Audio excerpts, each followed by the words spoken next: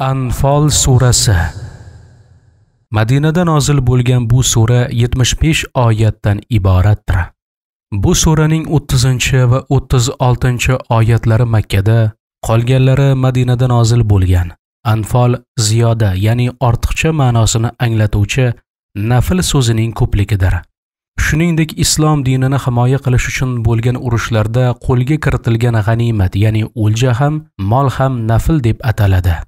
Suraning 1-oyatida urushda qo'lga kiritilgan g'animat mollarining Alloh va rasuliga tegishli ekani ifoda etilgani uchun ushbu suraga Anfal nomi berilgan. Mehribon va rahimli Alloh nomi bilan. Kofirlardan olingan g'animat o'lja mollar to'g'risida muhojirlar va ansoriylar o'rtalarida janjal, ya'ni tortishuv bo'lar edi. Har bir toifa o'zini g'animat molga mustahiq, ya'ni haqdor deb bilar edi. Shu haqida ushbu sura nozil bo'ldi. Ey Muhammad alayhissalom, mu'minlar g'animat mollar to'g'risida sendan savol qiladilar. Sen javob bergilki, g'animat mollar Xudo va rasulining ixtiyorida, kimga xohlasa beradi.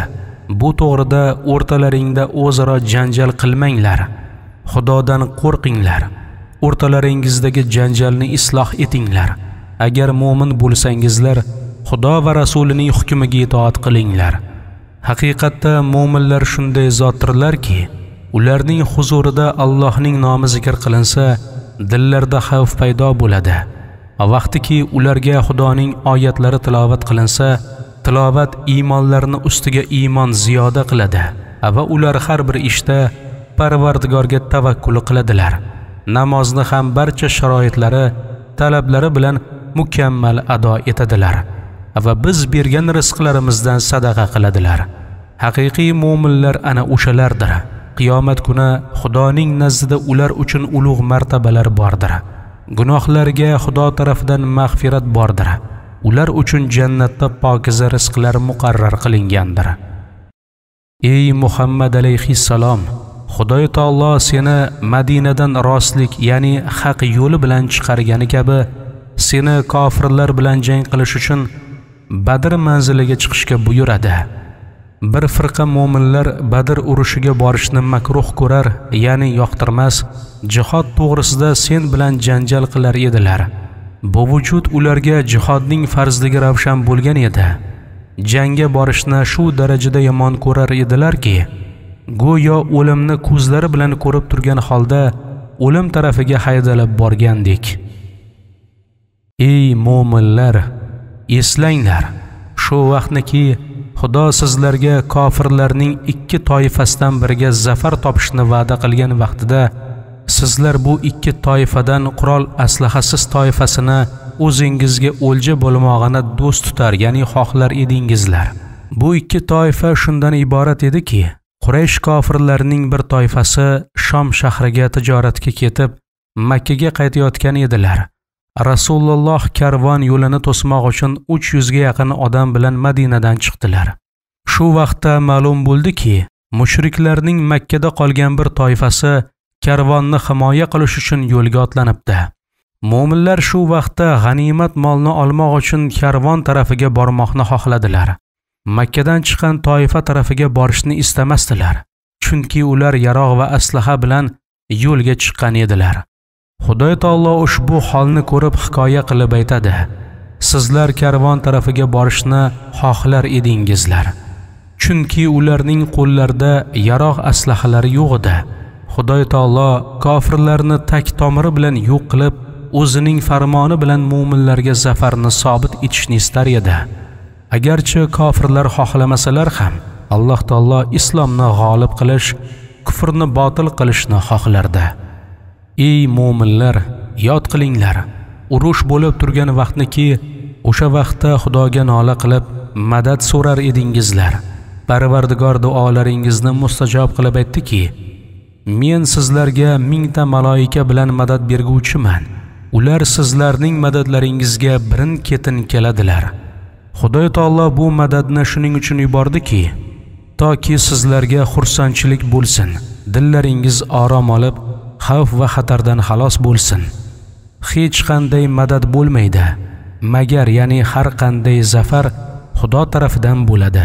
Chunki Alloh taolo har bir amrda g'olibdir va hikmatlidir. Ey mu'minlar, fikr qilinglar o'sha vaqtniki sizlar xavf va xatardan emin bo'lmoqlaringiz uchun Xudo taolo sizlarga uyquni musallat, ya'ni g'olib qildi. Ba'zilaringizga janobat yetib, dillaringiz g'amgin bo'ldi. Suv ham yo'q edi. Shayton sizlarning dillaringizga har qism, ya'ni turli vasvasalar solar edi. Shu vaqtda Parvardigor sizlarga marhamat qilib, sizlarni janobatdan pok qilmoq uchun shaytonning vasvasasini qalblaringizdan daf etmoq, dillaringizga fath va nusratni barqaror qilmoq va ham oyoqlaringizning yerda toymasdan sobit mustahkam turmog'i uchun osmondan yomg'ir yog'dirdi. Chunki yer qumlik edi, yomg'ir bilan qattiq bo'ldi. Kofirlar tarafi tuproq edi, yomg'ir bilan loy bo'ldi. Yod qilgil ey Muhammad alayhissalom, vaqtiki Parvardigoring maloikalarga vahiy qilib aytdiki, mening madadim sizlar bilan birgadir. Mu'minlarni urushga g'ayratlantiringlar. Men kofirlarning dillariga tez qo'rquv solaman. Mu'minlarga kofirlarning gardan, ya'ni bo'yinlarga qilich solishni va ham kofirlarni band-bandidan judo qilishni buyurdik. Bu jazo shuning uchunki, u kofirlar Xudo va Rasulning hukmiga muxolifatchilik qilganlar. Har kimki Xudo va Rasulning hukmiga muxolif bo'lsa, unga Xudoning azobi qattiqdir. Ey kofirlar, ana shunday azobni tortinglar. Qiyomat kuni kofirlar uchun do'zaxning qattiq azobi muhayyodir. Ey mu'minlar, qachonki sizlar urush maydonida ko'pchilik kofirlar guruhiga ro'baro bo'lsangizlar, urush holatida urushdan qochish niyatida orqalaringni o'girmanglar, ya'ni qochmanglar. Har kimki qo'rqoqlik qilib urushdan orqasini o'girsa, kofirlardan qochsa, Xudoning g'azabiga yo'liqadi. Uning joyi jahannamdir. Jahannam esa ko'p yomon joydir.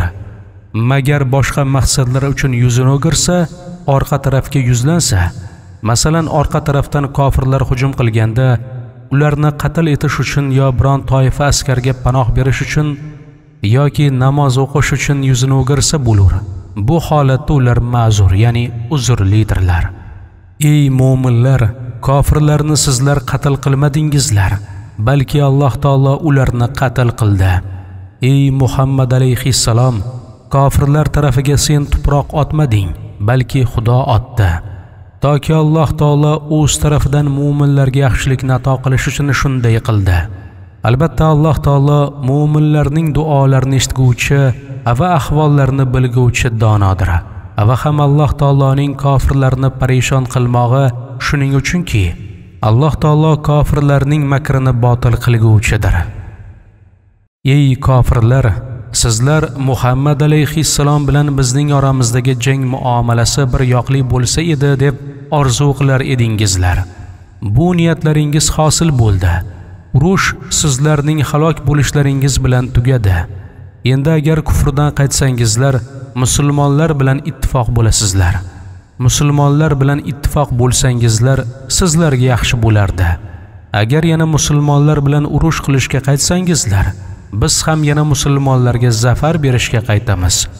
Agarchi sizlarning lashkarlaringiz ko'p bo'lsa ham, sizlarga hech foyda bermaydi.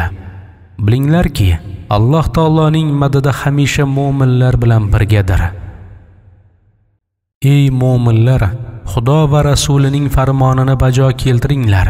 Hukmlarni eshitib turib, yuzlaringizni o'girib ketmanglar. Munofiqlarga o'xshagan bo'lmanglarki, ular sizning hukmlaringizni eshitdik deydilar, vaholanki quloq solmay ketaverardilar. Albatta biror narsani fahmlamaydigan kar va soqov bo'lgan kimsalar Allohning nazdida hayvonlarning eng yomonrog'idirlar. Agar Xudo taolo ularda xayr borligini ilmi qadimi bilan bilganda edi, ularga eshitmoqqa tavfiq bergan bo'lardi. Lekin ilmi qadim bilan bildiki, ularda hech qanday xayr yo'q edi. Agar Alloh bilfaraz mabodo ularga hukmini eshittirsa ham, ular qabul qilmasdan yuzlarini o'girib ketaverar edilar. Ey mu'minlar, Xudo va Rasuli sizlarni dillaringizga hayot beradigan yaxshi amallarga da'vat qilar ekan, Unday holda Xudo va Rasulining da'vatini qabul qilinglarki, Alloh taolo odam bilan uning dili o'rtasida to'sqin bo'lib turadi. Ya'ni to Xudo iroda qilmaguncha banda xohlagan narsasiga muyassar bo'la olmaydi. Shuni bilinglarki, sizlar qiyomat kuni Xudoning huzuriga jam qilinasizlar. Amallaringizga yarasha jazo beriladi. Ey mu'minlar, gunohi zolimlarning o'zlarigagina xos bo'lmasdan, balki gunohi sizlarga ham yetadigan fitnalardan qo'rqinglar, ya'ni saqlaninglar. Bilinglarki, zolimlarning haqiga Alloh taoloning azobi qattiqdir.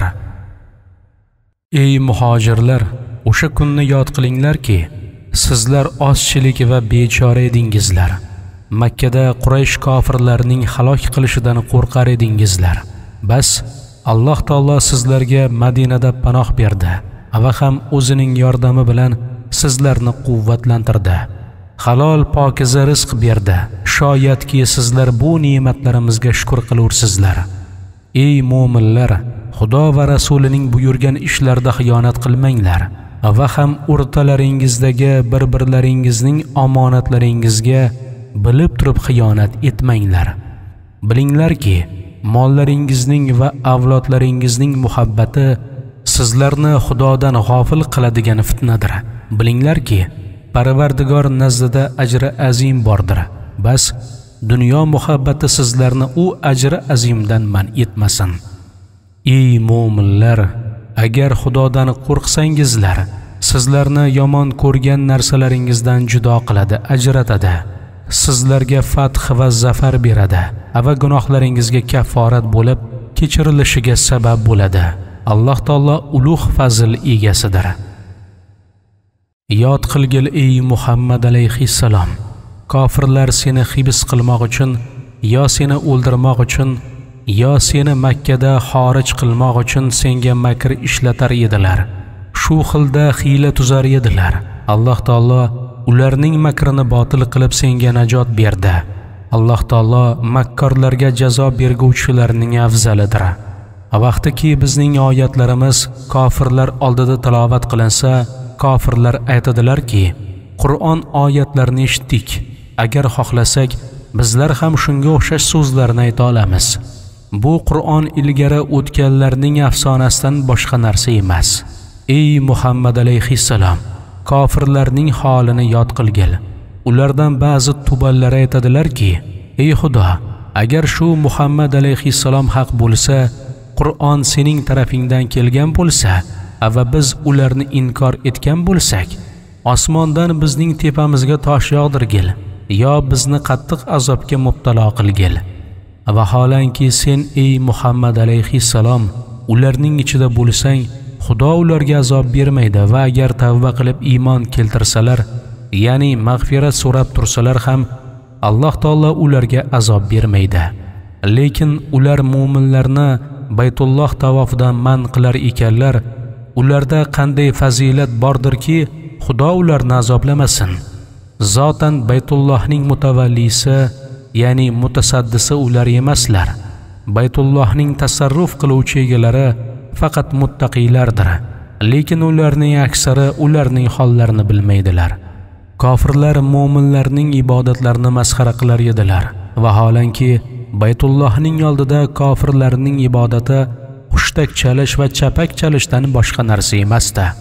Biz qiyomat kuni ularga aytamiz: ey kofirlar, qilgan kufrlaringizning badaliga bu azobni tortinglar. Makka mushriklari musulmonlarni haramda ibodat va namozdan man qilar edilar va o'zlari ibodat o'rniga yalang'och bo'lib Ka'bani tavof qilar edilar va namoz o'rniga hushtak va chapak chalish bilan mashg'ul bo'lar edilar. Albatta u jamoa kofirlarki, odamlarni Xudoning yo'lidan man qilmoq uchun mollarni xarj qiladilar. Ya'ni mollarni islom dini zarariga sarf qiladilar, lekin u qilgan ishlari ularga foyda bermaydi. Oxir oqibat mag'lub bo'ladilar. Bu sarf qilgan mollari dillariga hasrat va nadomat keltiradi. Aytadilarki, molimiz ham ketdi, maqsudimiz ham hosil bo'lmadi. U guruhlarki kofir bo'ldilar, qiyomat kuni jahannam tarafiga haydaladilar. Toki Alloh taolo nopoklarni, ya'ni kofirlarni poklardan, ya'ni mu'minlardan ajratib, ba'zi nopoklarni ba'zilarga qo'shib, hammasini jam qilib jahannamga dohil qiladi. Ana o'sha qavmlar o'z nafslariga ziyon qilguvchilardir. Ey Muhammad alayhissalom, inkor qilguvchilarga aytgil: agar kufrlardan qaytsalar, o'tgan gunohlari kechiriladi. Va agar kufrlarga ruju qilib qaytib davom etar ekanlar, bas ularga ham ibrat uchun ilgarigi kofirlarning hollari qanday o'tgan bo'lsa, shunday bo'ladi. Ya'ni Xudoy taolo hammasini halok qilgandir. Ularga, seni inkor qilayotganlarga ham shunday bo'ladi. Ey mu'minlar, to kofirlarning fitnasi daf bo'lguncha va hamma butun din faqat Xudo uchun bo'lgunga qadar ular bilan urush qilinglar. Agar kofirlar kufrlardan qaytsalar, albatta Alloh taolo qilgan amallarni ko'rib turadi.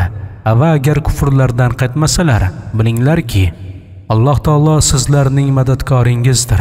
Alloh taolo sizlarga yaxshi do'st va yaxshi madadkordir.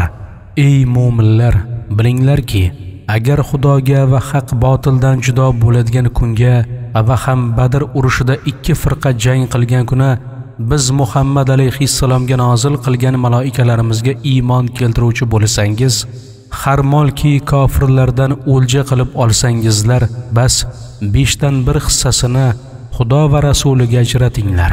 Bu hissaga Rasulullohning qarindoshlari va yetimlar va miskinlar va musofirlar haqdordirlar. Ularga sarf qilursizlar. Alloh taolo har bir narsaga qodirdir. Ey mu'minlar, yod qilinglar o'sha holatniki, sizlar Madinaga yaqin bir dashtning yoqasida edingizlar. Kofirlar ham dashtning Madinadan uzoqroq bir yoqasiga tushgan edilar. Bir-birlaringizni ko'rmas edingizlar. Mushriklarning karvoni sizlardan pastroqda edi. Agar kofirlar bilan yaqin bo'lib, urush qilishga va'da qilgan bo'lganlaringizda edi, ularning haybati va ko'pligini ko'rgandan so'ng dillaringda xavf paydo bo'lib, va'daga xilof qilgan bo'lur edingizlar. Lekin Xudoy taolo sizlarni kofirlarga nogahon, ya'ni tasodifan ro'baro qildi, to'qnashtirib qo'ydi. Shuning uchunki Alloh taolo qiladigan ishini mu'minlarning g'alaba, kofirlarning mag'lub bo'lishini oxiriga yetkazsin. Toki halok bo'ladiganlar hujjat bilan halok bo'lsin. Tirik qoladiganlar ham hujjat bilan tirik qolsin. Albatta Alloh taolo bandalarning duolarini eshituvchi va hollariga donodir. Ey Muhammad alayhissalom, fikr qil o'sha voqeaniki, Xudoy taolo sening uyqingda kofirlarning guruhini ozgina qilib ko'rsatdi. Agar haqiqiy ko'pligini ko'rsatganda edi, sen ashoblaringga hikoya qilgan bo'larding. Hammalaringizning dillaringizda qo'rqoqlik, sustkashlik paydo bo'lib, oralaringizda urush to'g'risida ixtilof kelib chiqardi. Lekin Alloh taolo sizlarni qo'rqoqlikdan saqladi. Albatta, Alloh taolo dillaringizda nima bo'lsa donodir, ya'ni bilur. Ey mu'minlar, yod qilinglar o'sha holatniki, dushmanga ro'baro bo'lganlaringizda Alloh taolo dushmanning guruhini ko'zlaringizga ozgina qilib ko'rsatdi. Sizlarni ham dushmanning ko'ziga ozgina qilib ko'rsatdi. Buning ilohiy hikmati shu ediki, sizlarning dillaringizda ularga nisbatan xavf bo'lmasin. Kofirlar ham sizlarni kamchil ko'rib, beparvo bo'lsinlar. Va Xudo iroda qilgan narsa mavjud bo'lsin, yuzaga chiqsin. Barcha amrlar Xudo tarafiga qaytarilur. Ey mu'minlar, dushman guruhi bilan urush boshlagan vaqtlaringizda shijoatli bo'linglar va jang maydonida sabotli qoyim turinglar. Tillaringiz bilan Xudoning zikrini qilinglar. Shunday bo'lganlaringizda dushman ustidan zafar topasizlar. Ey mu'minlar, Xudo va rasuliga itoat qilinglar. Buyurganini bajo keltiringlar. Xilof qilmanglar. Agar Xudo va rasulining hukmiga xilof qilar ekansizlar, dillaringizda qo'rquv paydo bo'lib, sizlardan dushmanning muqobiliga quvvat ketadi. Sustlashib, zaiflashib qolasiz. Kulfatlarga sabr qilinglar. Alloh taoloning madadi sabirlar bilan birgadir. Ey mu'minlar, uylardan, Makkadan g'urur bilan chiqqanlar, o'zlarini xalqqa ko'rsatmoqchi bo'lganlar, boshqalarni Xudoning dinidan qaytarmoqchi bo'lgan jamoaga o'xshagan bo'lmanglar. Alloh taoloning ilmi ularning qilgan amallariga hamisha shomil ihota qilguvchidir. Ey mu'minlar, fikr qilinglar. O'sha vaqtniki shayton kofirlarning qilib turgan ishlarini yaxshi chiroyli ko'rsatib, bugun sizdan hech qanday dushman g'olib bo'la olmaydi deb aytardi. O'zini Siroqa nomli bir qabilaning boshlig'i suratida ko'rsatib, kofirlarni urushga targ'ib qilib aytar ediki: "Men o'zim sizlarga homiy madadkorman." Ikki lashkar bir-biriga ro'baro bo'lgan vaqtda shayton mu'minlarga yordamga kelgan maloikalarni ko'rdi va orqasiga qarab qochgan holda aytdiki: "Men sizlardan bezorman, chunki sizlar ko'rmagan narsani ko'rib turibman. Men Xudodan qo'rqaman, chunki Alloh taoloning azobi qattiqdir." Ey mu'minlar, eslaringizda bo'lsin o'sha voqeaki Madina munofiqlari hamda dillarida hanuz islom uchun shak shubha bor bo'lgan kishilar aytadilarki: "Bu musulmonlarni dinlari mag'rur qilib yubordi. O'ylamasdan ozgina odam bilan kofirlarga qarshi urushga bormoqdalar. Ular o'ylamaydilarki, har kimki Xudoga tavakkul qilsa, Xudo uning madadkoridir. Albatta, Alloh taolo har bir ishda g'olib va hukm qilguvchidir."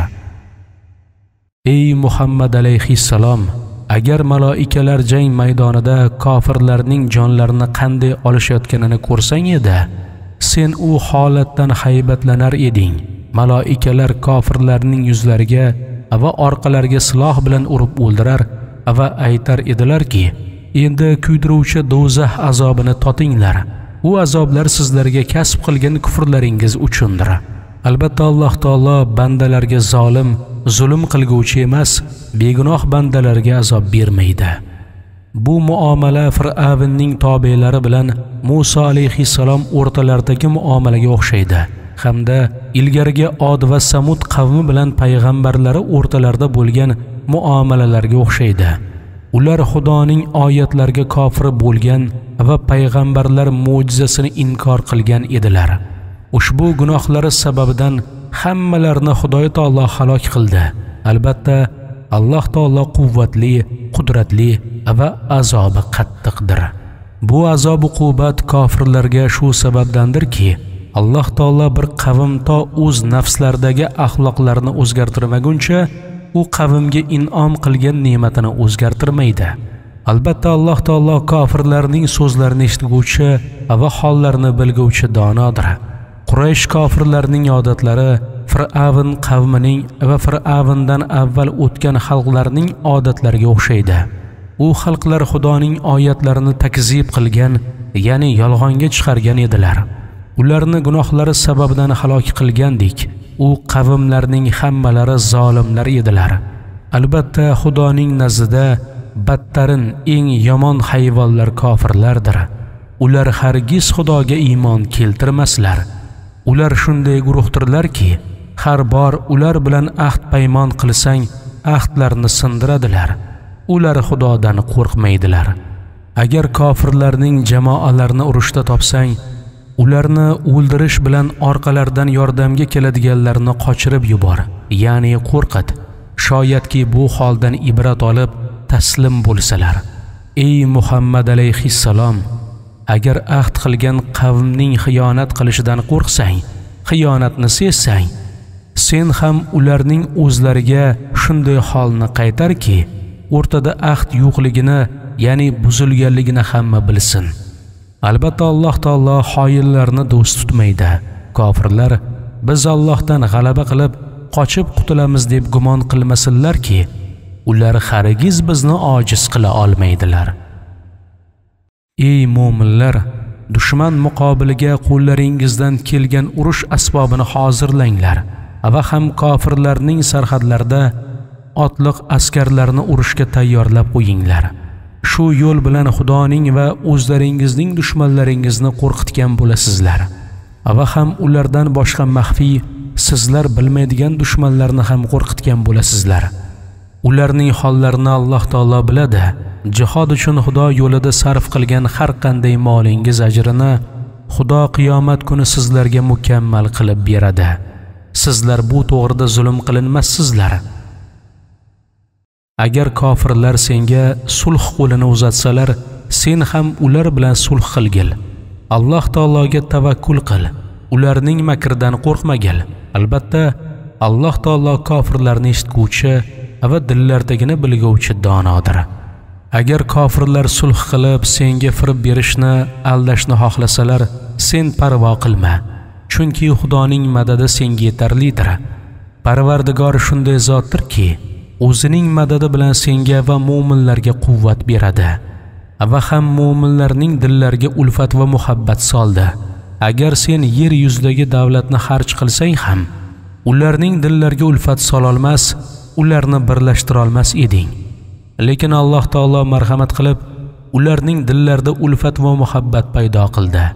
Albatta Alloh taolo har bir ishda g'olib va hikmatlidir. Ey nabiy, senga va senga tobe bo'lgan mu'minlarga Alloh taoloning yordami kifoyadir. Ey nabiy, mu'minlarni jangga targ'ib qil, chorla, ularga aytgil. Sizlardan 20 kishi jangda sabr qilsa, kofirlardan 200 kishi ustidan g'alaba qiladi. Va agar sizlardan 100 kishi jangda sabrli bo'lsa, kofirlardan 1000 kishi ustidan g'olib bo'lurlar. Shu sababdanki kofirlar hech narsani bilmaydilar va ahmoqdirlar. Bu oyat nozil bo'lgandan so'ng mu'minlar endi bir kishi kofirlardan 10 kishiga muqobala, ya'ni qarshi jang qiladi deb tashvishga tushganlarida Haq taolo bu hukmni mansux qilib ushbu oyatni nozil qildi. Endi Alloh taolo sizlardan bu hukmni yengil qildi. Bildiki, sizlarning ishlaringizda zaiflar bordir. Bas bilinglarki, sizlardan sabr qiluvchi 100 kishi bo'lsa, kofirlardan 200 kishi ustidan g'olib keladi. Sizlardan 1000 kishi bo'lsa, kofirlardan 2000 kishi ustidan g'alaba qiladi. Alloh taoloning madadi sabirlar bilan birgadir. Payg'ambarlar uchun qo'llarda kofirlardan asir bo'lsa, fidya, ya'ni tovon olib qo'yib yuborish loyiq emas. Balki asir olmasdan kofirlarning ko'plarini qatl qilish kerak, toki islomga quvvat bo'lsin. Ayo sizlar dunyo matoyini xohlaysizlarmi? Alloh taolo esa sizlar uchun oxiratni xohlaydi. Alloh taolo har bir ishda g'olib va hikmatlidir. Agar Xudo tarafidan lavhul mahfuzda xato, ya'ni bilmasdan qilingan ishga azob qilmasak yozilmaganida edi, olgan fidyalaringiz badaliga sizlarga ulug' azob kelgan bo'lardi. Sizlar g'animat molidan olgan hissalaringizni yenglar. Sizlarga halol, tayyib, pokizadir. Xudoning amriga xilof qilishdan qo'rqinglar. Albatta, Alloh taolo gunohlaringizni kechirguvchi va mehribondir. Ey payg'ambar, qo'lingdagi sen fidya olgan asirlarga aytgil. Agar Xudo taolo dillaringizda iymon va ixlos borligini bilganda, ya'ni iymon keltirganlaringizda edi, sizlardan o'zingizdan olingan fidyadan yaxshiroq narsani o'zingizga bergan va ham gunohlaringizni mag'firat qilgan bo'lardi. Chunki Alloh taolo bandalarning gunohlarini kechiruvchi va ularga mehribondir. Agar qo'lingdagi musulmonlik da'vosida bo'lgan asirlar senga xiyonat qilmoqni xohlasalar, bilgilki, ular kofirlik davrlarida ilgari ham Xudoga xiyonat qilib yurgan kishilardir. Bas Alloh taolo senga qudrat berdi. Ularni asir qilding. Agar xiyonat qilsalar, yana senga g'olib bo'lishing uchun qudrat beradi. Alloh taolo bandalarning holini bilguvchi, dono va hikmatlidir. Albatta ul jamoaki iymon keltirganlar va Makkadan hijrat qilib kelganlar va mol va jonlari bilan Xudo yo'lida jihad qilganlar va u guruhki Madinalik ansorlar iymon keltirganlar, muhojirlarga joy berganlar va yordam qilganlar. Albatta u zotlarning ba'zilari ba'zilarga do'st va validirlar. Bir-birlaridan meros olurlar va u guruh kishilarki iymon keltirganlar lekin hijrat qilmaganlar, ular to hijrat qilmagunlaricha ularga do'st, hamkor bo'la olmaysizlar va merosxo'rlik qila olmaysizlar. Agar ulardan biron toifa sizlardan dinning rivoji uchun yordam talab qilsa, yordam berishlaringiz lozimdir. magar u qavm bilan sizlarning o'rtangizda urush qilmaslik borasida sulh kelishuv bo'lgan bo'lsa, u holda ularning xilofiga, ya'ni ularga zarar yetkazish uchun yordam berishingiz lozim emas. Alloh taolo qilgan amallaringizni ko'rib turadi. U kofir bo'lgan guruhlarning ba'zilari ba'zilarga do'stdirlar. Ey mu'minlar, agar sizlar bir-birlaringizga do'st va madadkor bo'lmasangizlar, kofirlar sizlardan g'alaba qilib yer yuzida fitna va ulug' fasodlar paydo bo'ladi. Dinlarini saqlash uchun hijrat qilganlar, Xudo yo'lida jon va mollarni fido etib, jihad qilgan madinalik mu'minlar hamda ularga joy, boshpana bergan va dunyoviy maishatlarga ham yordam qilgan va ham ittifoq bo'lib jihad qilgan ansoriylar, haqiqiy mu'minlar ana o'shalardir. Ularga Xudo tarafidan gunohlarga mag'firat va jannatda yaxshi rizqlar bor. Va Hudoybiyya sulhidan keyin iymon keltirganlar, so'nggi hijrat qilganlar va yana sizlar bilan birga jihad qilganlar, ular ham sizlardandir. Va yaqinlik paydo qilganlarning ba'zilari ba'zilardan meros olishga haqdorroqdirlar. Xudoning hukmidagi bu oyat ansoriylar bilan muhojirlar o'rtasidagi merosni mansux qildi. Chunki bu oyatda sobit bo'ldiki, meros olishda begonalar emas, aqrabolar, ya'ni qarindoshlar haqdordirlar. Albatta Alloh taolo har bir narsani bilguvchi donodir.